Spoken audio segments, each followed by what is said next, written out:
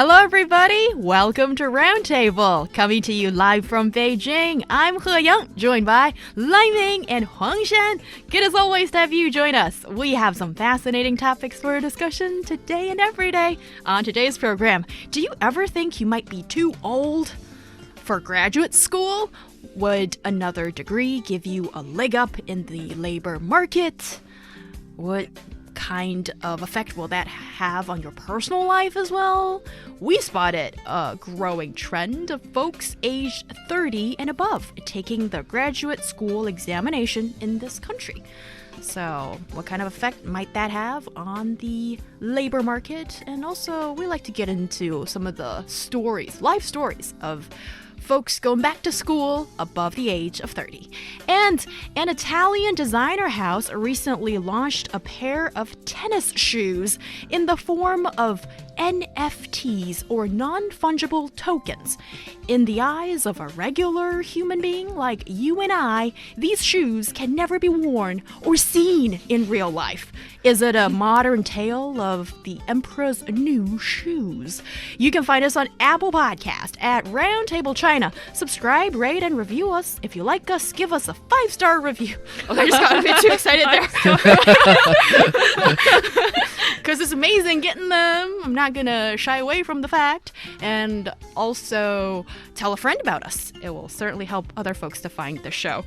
But first, on today's roundtable, are you considering furthering your education, but you think you're too old for school? Many would-be graduate school students over the age of 30 see age as an obstacle to continuing their education. But more people have tackled it to prove that you are never too old for school. In China, most applicants of graduate schools are fresh college graduates. In recent years, though, more applicants who have been working for a few years and past the age mark of 30 are pursuing a graduate degree.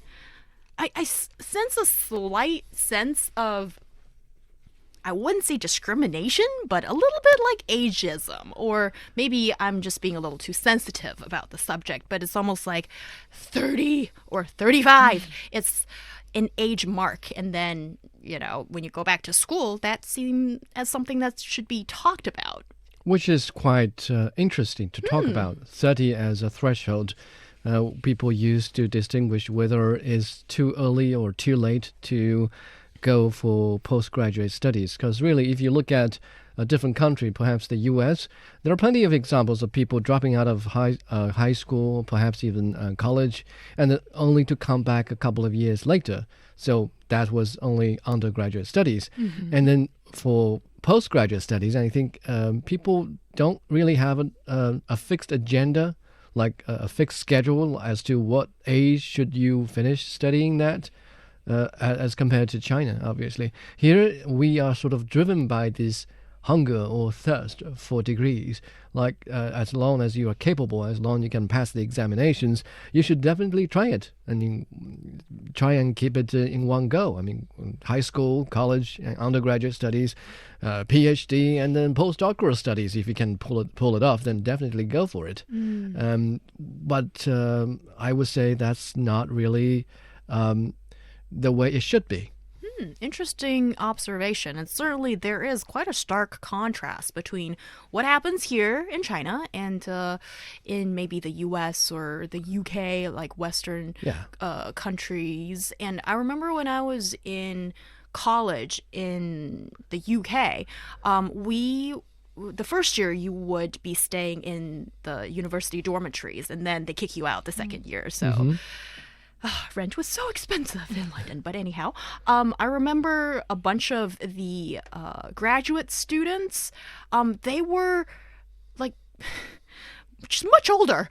They had family, some had a few kids already, and some already divorced. And then at the time for me, you know, somebody fresh-eyed teenager who just turned 18, and then I remember feeling quite the age gap, generation gap. Right. Like, yeah, so it was mostly the undergraduate people hang out together, and then the master's students or PhD students, they would be doing their thing. And there was just definitely a little bit of a contrast there. So, Huangshan, tell us a bit more about this trend of new and more of these graduate students are actually a bit older than what we perceive traditionally here in China.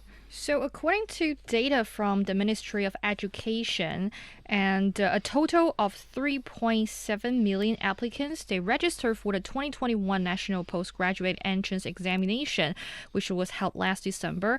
And the figure shows that over 10.6% and more than that of the examination a year ago, and doubled within 5 years in terms of the applications. So besides those who apply for the examination right after the university graduation, aged from 22 to 24, there were many applicants over 30 years old, and many of them were those who faced the hindrance of promotion or even unemployment due to the impact of COVID-19. I think this is due to the different cultural background. I think in China or in most Eastern Asian countries, this is the procedure that many people choose to continue the postgraduate study right after they completed their master degree.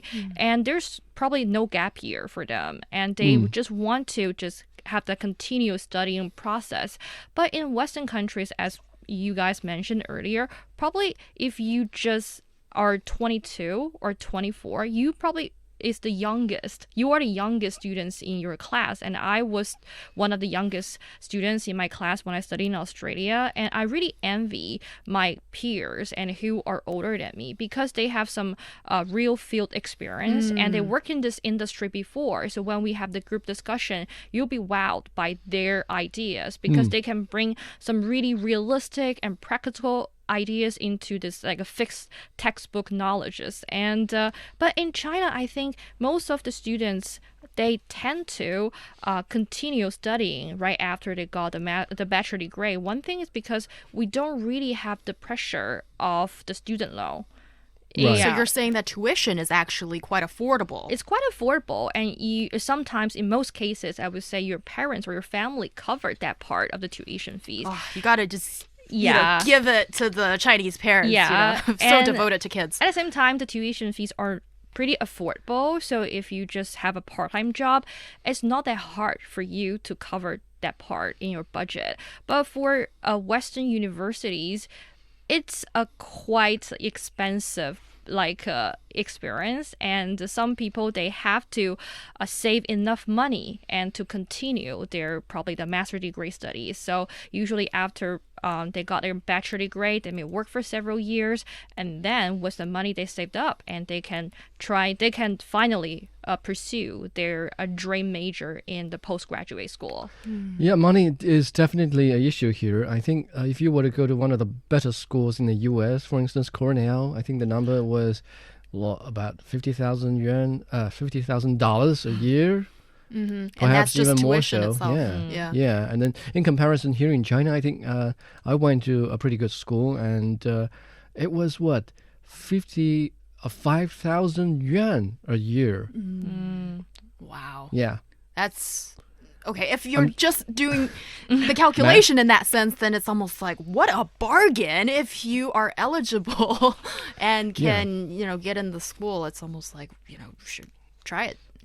Yeah. Try it. Instead of trying to take a job and save up for that tuition fee. Interesting, because certainly, money kind of does make a difference. And also, when it's that expensive for just for higher education, in the countries we mentioned, from the start of the show, it would definitely, I think, make people think very carefully about whether they want to pursue another degree after undergraduate studies or not. And also it's got an effect on the labor market as well. So in those few countries, like if you appear at the door, nobody does that anymore, online, so in your CV and it says, okay, undergraduate degree, that's it, nothing more.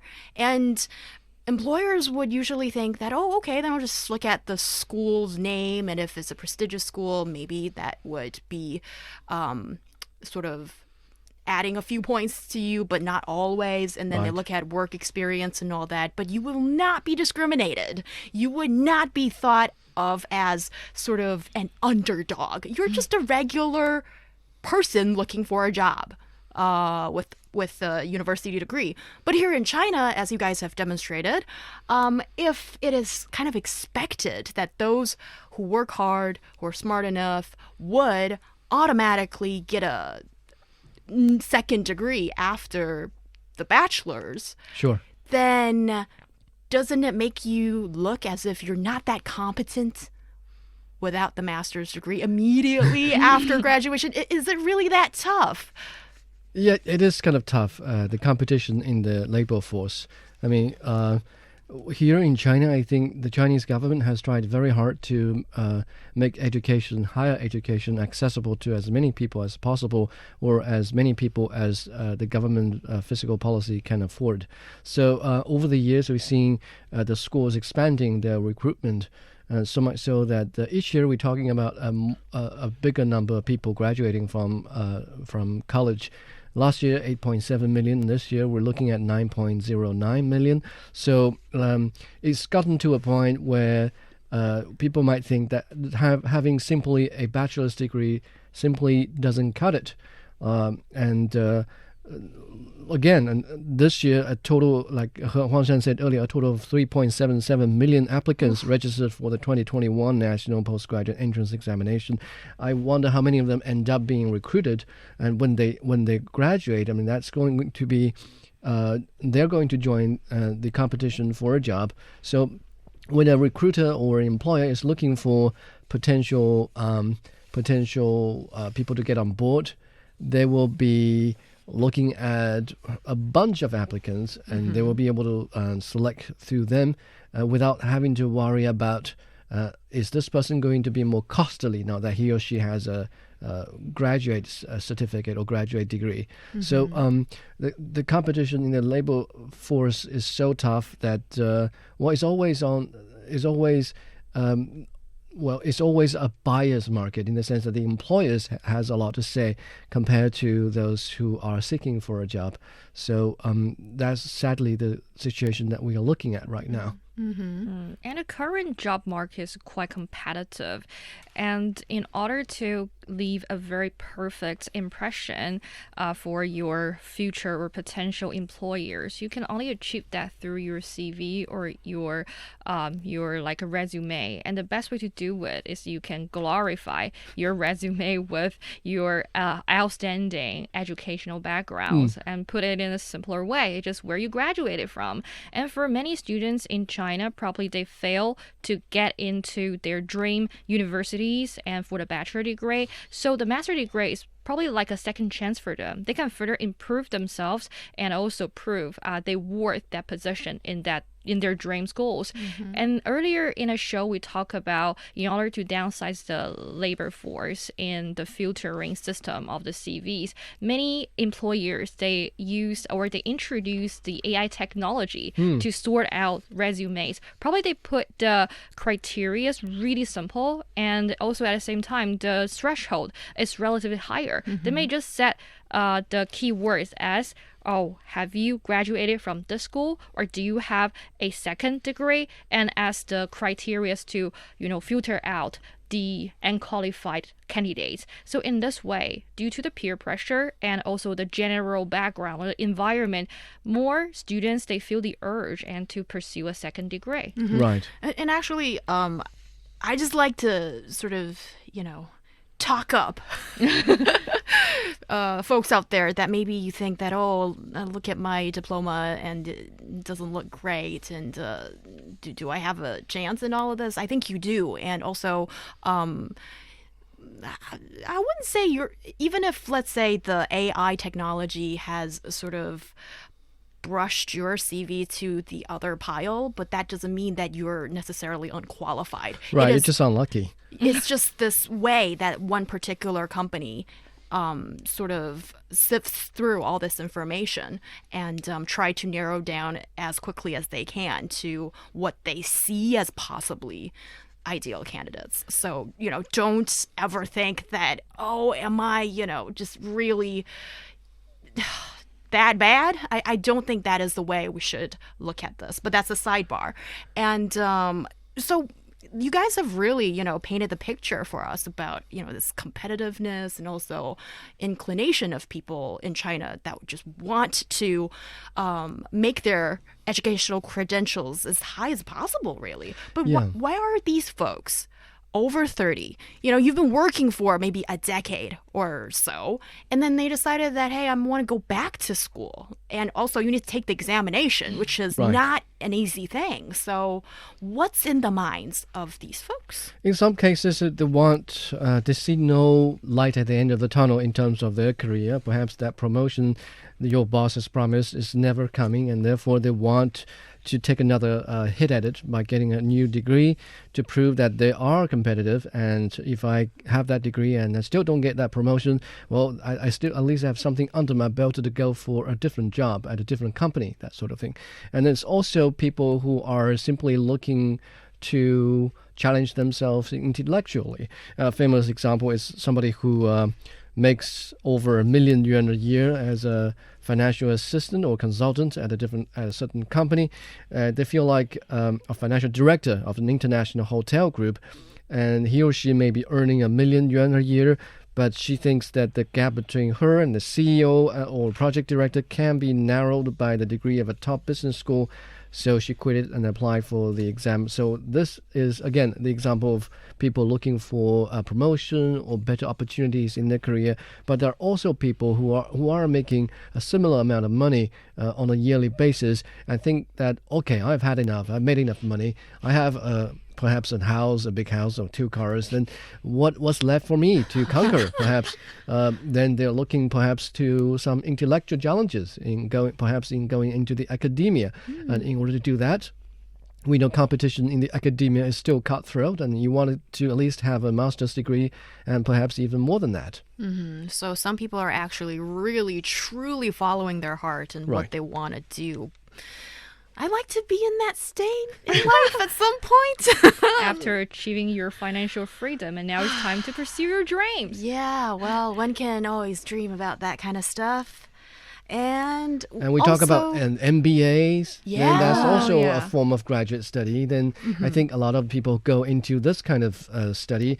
They're aiming to perhaps do some networking when they're there. Yeah, and also with the MBA, which is usually quite expensive to get, and that's a business degree, and it's not always a must, but often seen as one of the necessary conditions that one should have to progress to possibly the C-suite or, just higher management level. And I think in a way, like, this further education does make sense, because after you've been working for some years, you probably know where you want to go as well. Like, ideally, I hate this question in job interviews, or sometimes when an older folk just, sort of gets you aside and asks you, hey, He Yang, what's your plan in like 5 years and 10 years? I'm just like, back off. I don't want to think about that right now, and certainly I don't want to share it with you. And when your parents ask you that, it's like, ugh, where's your husband? And then I mean, what you mentioned earlier about the networking, yes, it can be seen in multiple facets. It can truly be a way to, like, expand your network. Some of these these classmates you meet in graduate school could be valuable, personal connections for whatever you do next. Or life partners. Exactly. And a rich one. So, those people who go to graduate school who are still, single and ready to mingle, not for a second do I not know that, there could be the extra benefit of finding someone who's, also into studying at this age and in a similar field and might be compatible to you in ways outside of school too.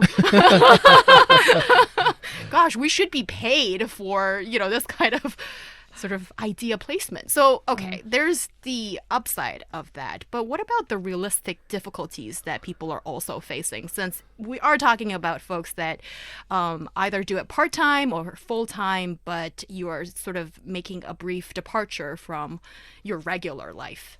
Well, if money is no longer an issue when people pursue postgraduate studies at the age of 30 or above, then there are also some other issues they have to think about. Perhaps the balance between family and education, whether or not they've gotten married, have they started a family, or at this age, the parents are getting a little older. Are they having some health problems? Do they have to have somebody around?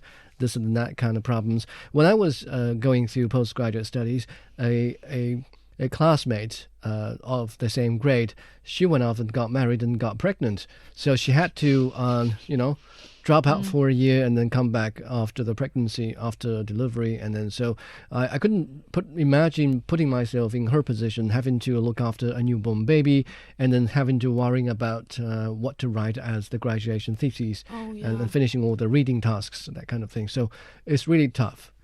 Yeah, for me, I would say time management is the key because when you are 30, you're definitely already in a job. But if you're lucky enough and if you're rich enough, you can be free from this financial pressure. Maybe you can put all your spare time into the study and the preparation for the postgraduate exam. But if you still have to, make a living by the ordinary jobs and you have already established your own family, how to make that balance, I think is pretty hard for people after 30 years old.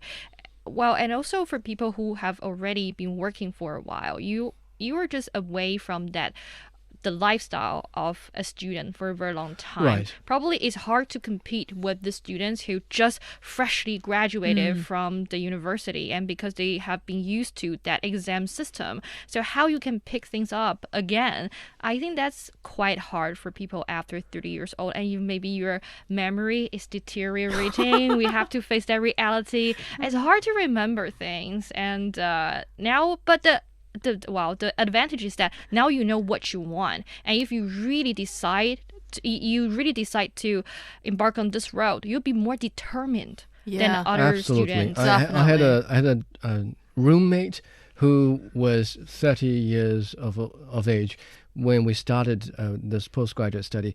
And I think he wasted no time. He had a pretty good idea what he wanted and what kind of courses he can afford to miss and what kind of courses he has to be there. And he's always working very hard, even as I was sleeping, and trying to watch TV series, that sort of thing. So in comparison, I think I wasted a lot of time. Yeah, but, time is wasted on the young. You have that. You had that in comparison to the other person, right? And also, I guess when you're older, especially after you've been working for a few years, you kind of realize the actual worth of money and time your youth. And once you sort of put your work aside and to go back to campus and sit in a classroom and study, you would most possibly realize this is in a way a luxury and you really want to make your time's worth of it. So maybe you'll work harder and you know exactly what you want to get out of it. So, well, good luck to everybody out there then. Yeah, I'm sure you'll make the best decision for yourself that suits your choice the best. We will be back after this break. Informed opinion and heated debate. Find out what's got China talking and join us for your roundtable discussion.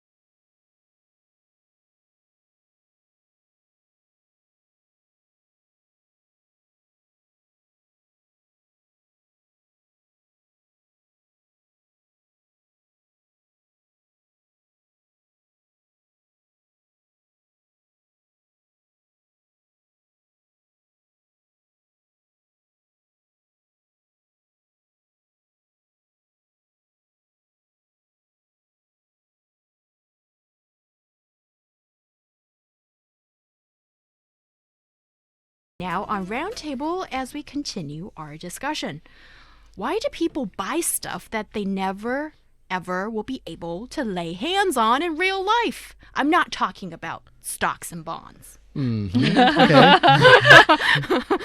But there's certain value to it, I suppose.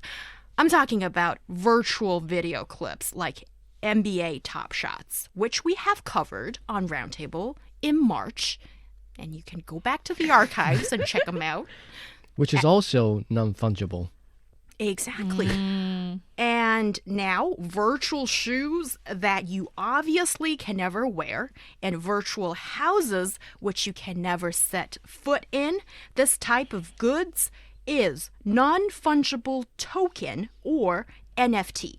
A digital asset whose origin or ownership has been authenticated by blockchain technology, much like a digital signature. One NFT cannot be exchanged for another NFT, which makes each one uniquely valued. And I'd say 2021 is the year of NFTs, because we've seen all these weird things.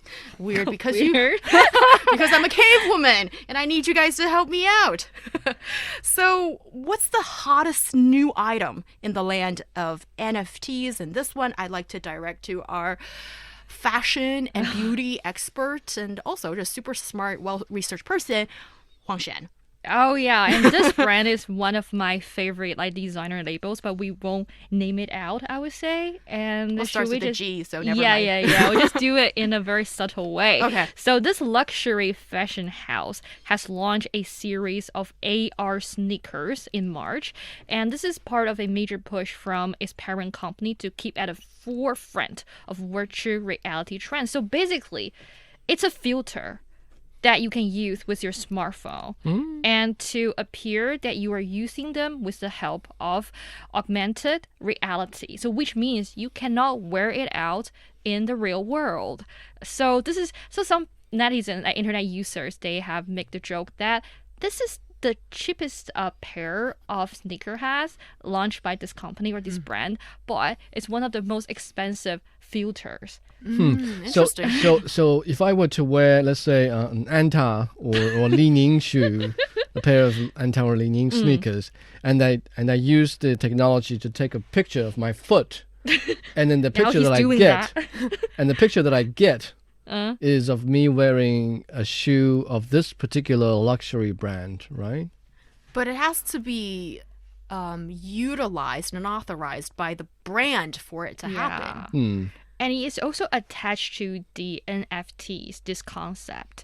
So I really appreciate like the recent Daily Show by Trevor Noah. He described the term NFTs as the hottest and latest trend that teenagers have to explain to their parents and grandparents because they are blowing up so fast and it skyrocketed into the global mainstream culture after it revolutionized the crypto arts industry, and now it's also trying to renew the way how this fashion labels trying to carry out their business. Of course, this is the move that they want to impress our old friends, Generation Zs, the Gen Zers, because they are the people who are obsessed with this kind of blockchain-backed technologies.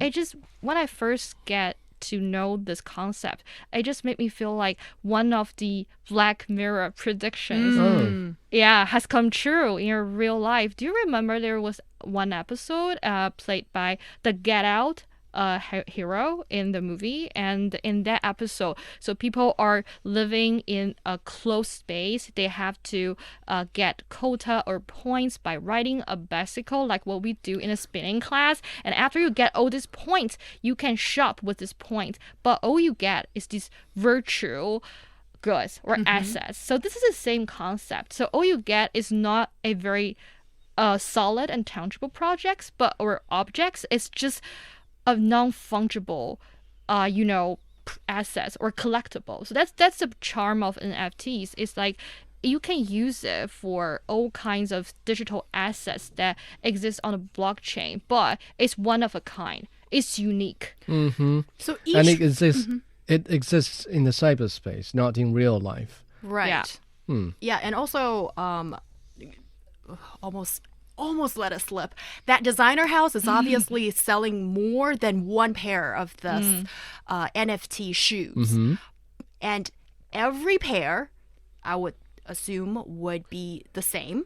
But each and every one of them is its unique existence. And it's powered by blockchain technology, which recognizes and authenticates each individual item, making sure that there's only this one in the world. And Would I be able to sell it on eBay to somebody else? No, it's unfungible.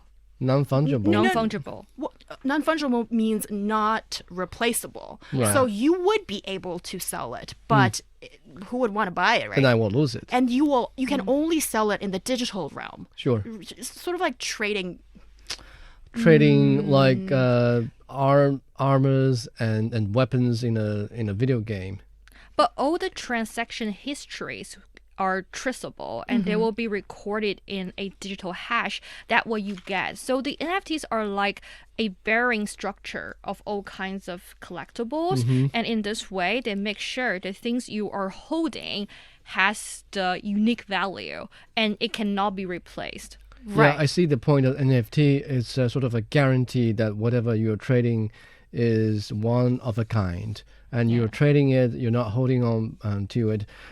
One thing that always puzzled me was, you see on televisions or films where one person is trying to blackmail another person with their copy of certain like photos.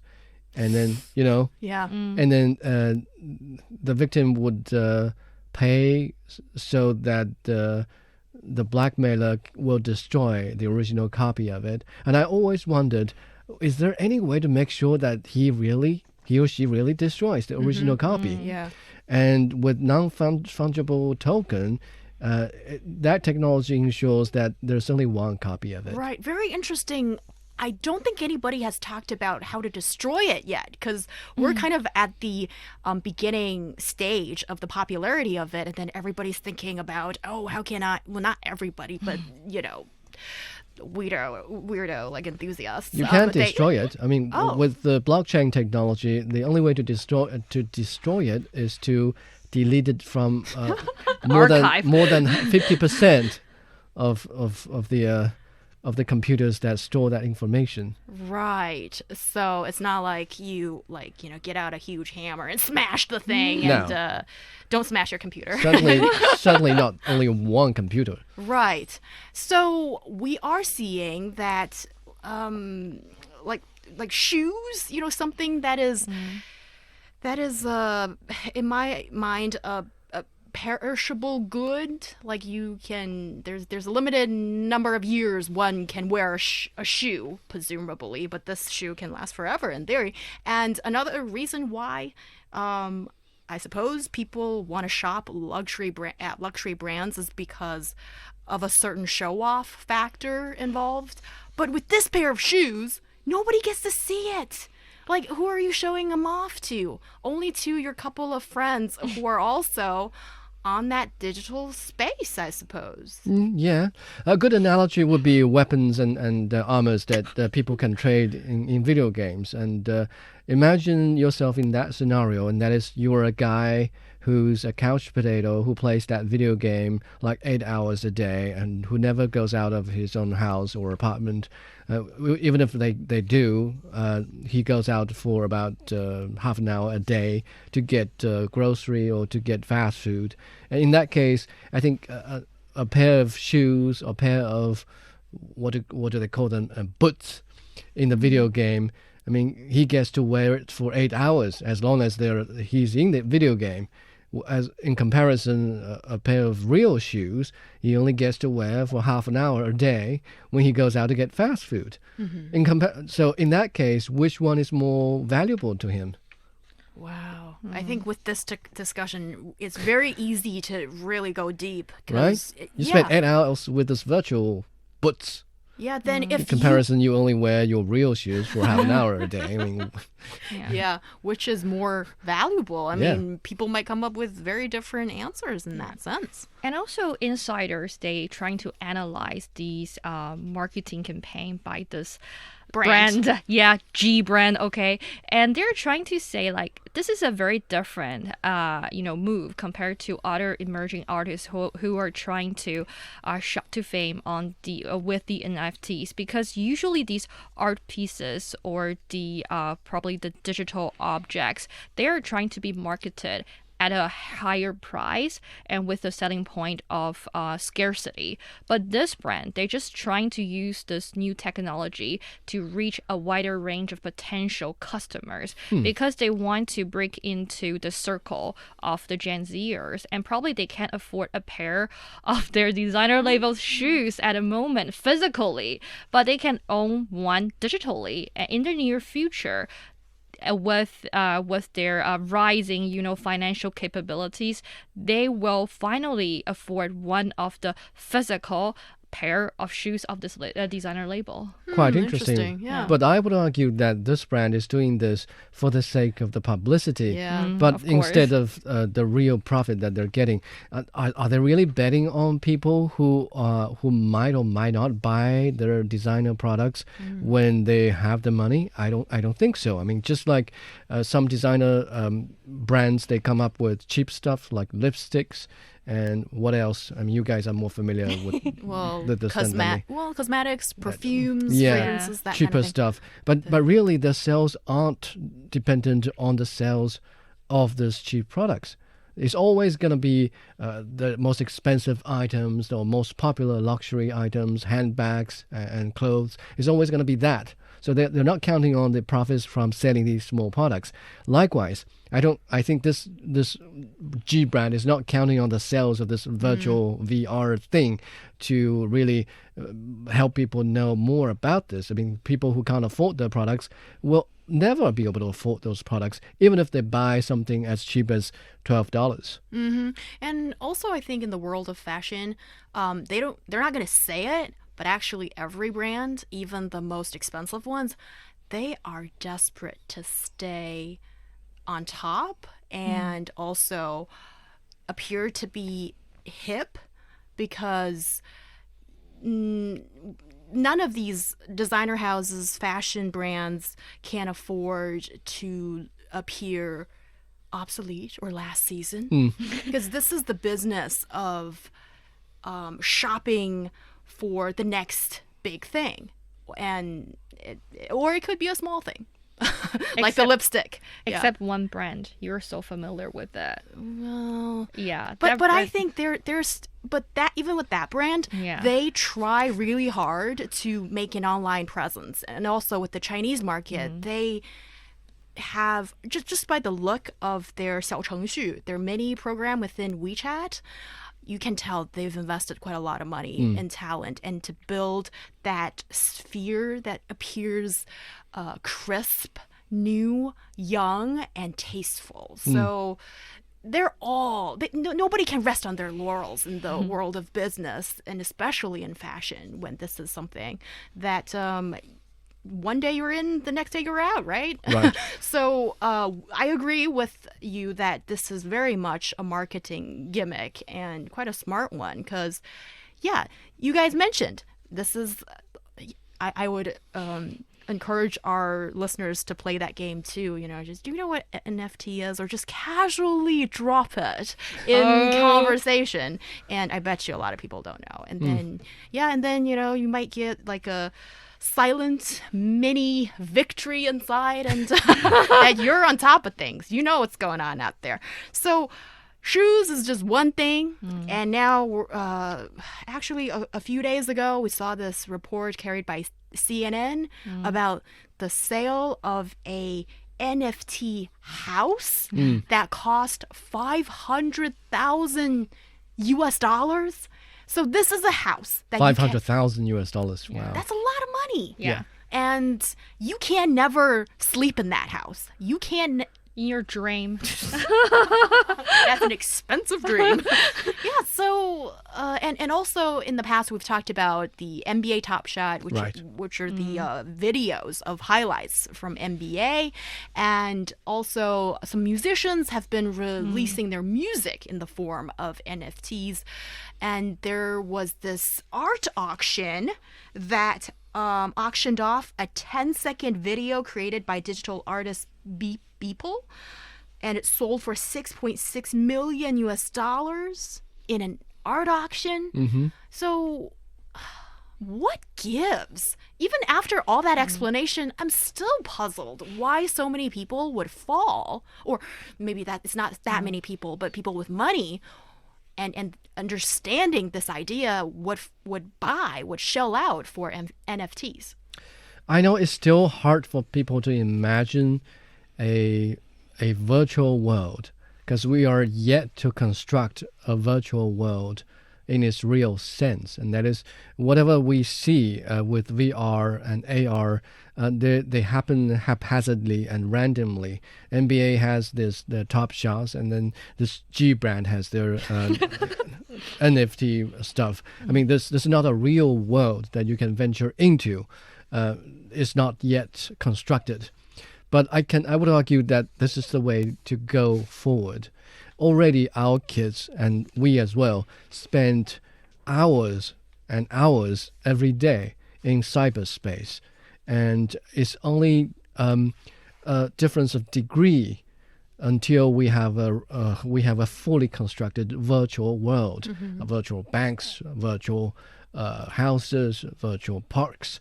And when that is constructed, individuals will have the virtual avatars to walk in the world of virtuality, and by that point, you want to have the same kind of fashion statement that you make in real life.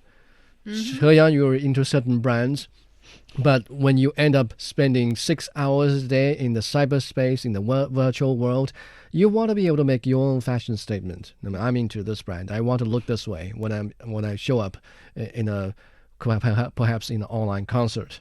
You know, you don't want to look too shabby, too mundane. So we are not there yet, but there would be a time that we are there. I mean, the analogy of video games is one example. It's a fully constructed virtual world that people get to hang out with, but we are not yet there in terms of an overarching virtual world for everybody. But we will be there. Well, Huangshan, are you so optimistic about the sort of what the end game might look like? What Lai-Ming has just explained to us. To be honest, I'm quite skeptical about the sustainable development of this new business concept, but I can think of some benefits brought by this new business opportunity, and especially for these emerging and indie artists, because nowadays the NFTs, they offer a chance for these artists and to make a living, to survive, and a chance to shine. So now you don't need to beg for the attention by these middlemen, and with the help of NFTs, you can definitely skip the middlemen. And let's imagine, like, if you are a social media content provider, you can create a very engaging short videos that be reshared by millions of times. Now you don't need to depend on a middleman like an influencer, an agent, or just some marketing companies, incubators, and to promote your work. You can deliver your content directly to the end consumer. So in this way, you can make the transaction much clearer, and you can better or improve the profit margin created by your content, but with your talents. And also it can protect the copyright of the creators. You make sure like your creation can be better protected.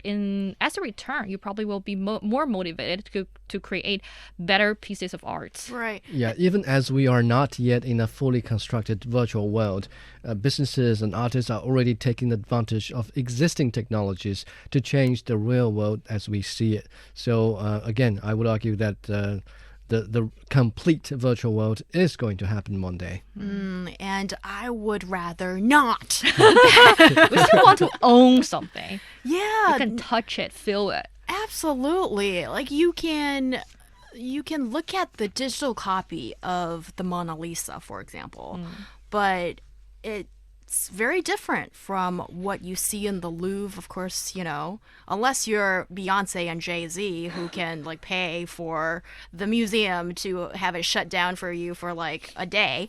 Otherwise, yeah, I know they're a ton of the back heads of other people, but you also get to see the brush strokes put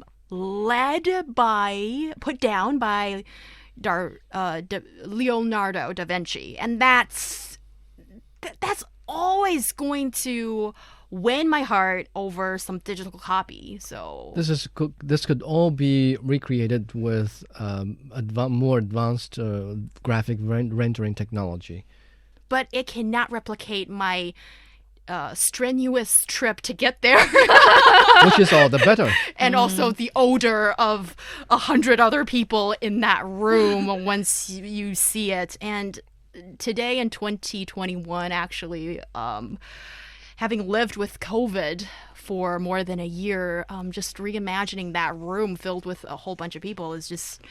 It feels like a century, a lifetime ago. But anyhow, I completely forgot what I was going to say, but you guys, offered me a lot of really good insight on the future of NFTs. And I'm still a little skeptical about this because I still think that a lot of this is going to depend whether you have enough people who are willing to pay this much so that this market exists. And that's, I'm quite skeptical whether this market is going to be that big. So we'll see, Lai Ming, if the future will turn out the way you say it or the way I prefer it. Well, if Roundtable is still here 20 years later, I'll say, I told you, sir. Right here. We'll see. We'll see, Lai Ming. You're listening to Roundtable. Coming up next, from the so-called deadly Barbie pink to Chinese classic red, we take a look at the evolution of popular lipstick colors in China. Looking for passion? How about fiery debate? Want to hear about current events in China from different perspectives? Then tune in to Roundtable, where East meets West and understanding is the goal. It's the hour of Roundtable with myself, He Yang, Lai Ming, and Huang Shen in the studio. What sells internationally doesn't necessarily sell in China, and vice versa. It is particularly true in the sales of lipsticks. Cosmetic companies have realized that they must come up with lipstick colors that suit the skin tone and preference of local customers for it to do the trick. We take a look at the evolution of popular lipstick colors in the Chinese market that accentuate dark hair and eyes and illuminate the skin as well. Ideally, that's what would happen. So walk us through this, Huang Shen, the change of popular lipstick colors in China. For a time, we have seen the popularity of the pink color, and from one of the really trendy TV shows back then. But gradually, people realized that this pink color doesn't fit your skin tone, because for girls, whenever we apply lipsticks to our mouth, what we are going for is trying to use this lipstick color to light up your skin tone, improve your complexion. Chinese girls or the Eastern Asian girls, we all want a fair skin tone, so make it look better. And I think now for me, the color I like the most is orange, or just the brick red. But it still depends on what clothes you're wearing and also what season you are in. Very interesting, because in the past, I suppose with the okay, Lai Ming, I'm just gonna jump in here, and you can share your thoughts in a second, I guess. If I have any. I'm sure you do, because you're well researched and you've been hanging out with us long enough. Yeah. So I suppose a few years ago in the past, and if you go to a beauty counter in a department store and it was the pink color, it was really popular, right? And sometimes if you try it on, and if it's a shop assistant that is that has ethics in his or her mind would say, oh, if you put on makeup, like foundation, and you wear the lipstick, the pink lipstick, then you look good. So what's not said is that fair skin is culturally deemed as more beautiful, and shows that this person doesn't work under the sun and Right. in heavy labor, that kind of thing. So now what's changed with the brick red color, which is now the classic Chinese red, seen as a really popular lipstick color, is that even without makeup, You because look good. Gorgeous, yeah.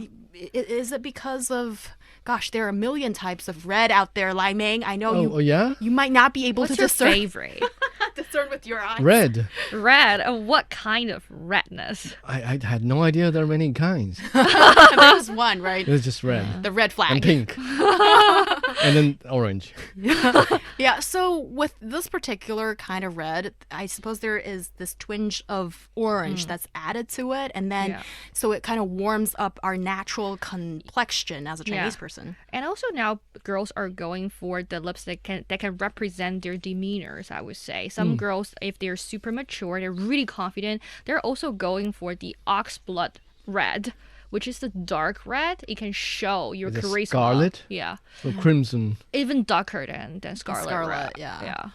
See, I knew some red. Yeah. Lai Ming's been doing his homework. Crash course right before the show. Yeah.